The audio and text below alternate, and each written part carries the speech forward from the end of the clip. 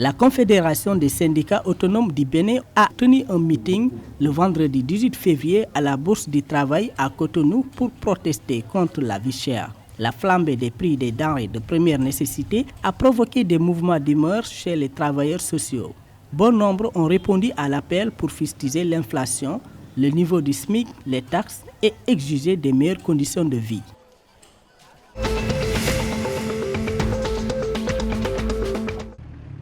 Nouakchott, la capitale de la Mauritanie, abrite depuis le jeudi 17 février un atelier de formation d'une durée de 3 mois sur l'épidémiologie des terrains de première ligne.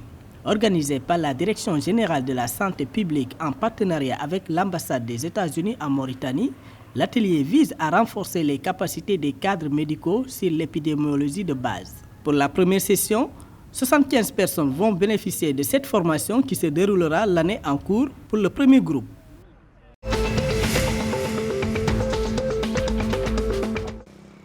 Au Mali, le délibéré du projet de loi portant la révision de la charte de transition est attendu dès ce lundi 21 février 2022. C'est ce qu'a indiqué lors du jour de la plénière publiée le jeudi 17 février par le secrétaire général du CNT, Conseil national de transition, Modibo Sidibé. À travers cette note, le président du CNT, le colonel Marc Diaw, a demandé aux membres de prendre des dispositions.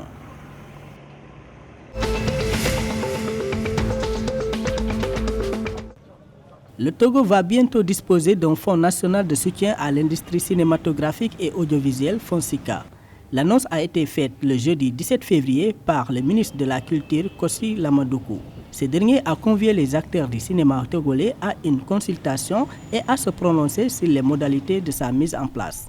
Ce fonds servira à stimuler les cinéastes togolais et contribuer à leur formation. Un projet de décret sera soumis au gouvernement à la fin des consultations.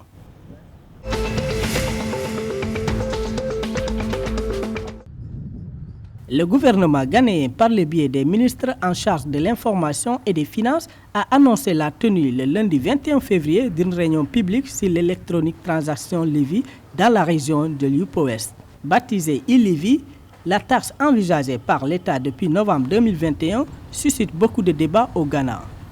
Les transactions électroniques ont connu une croissance impressionnante au pays et l'État compte profiter de cette manne financière pour introduire le e-Levy, une nouvelle taxe de 1,75% sur les transactions dès 2022.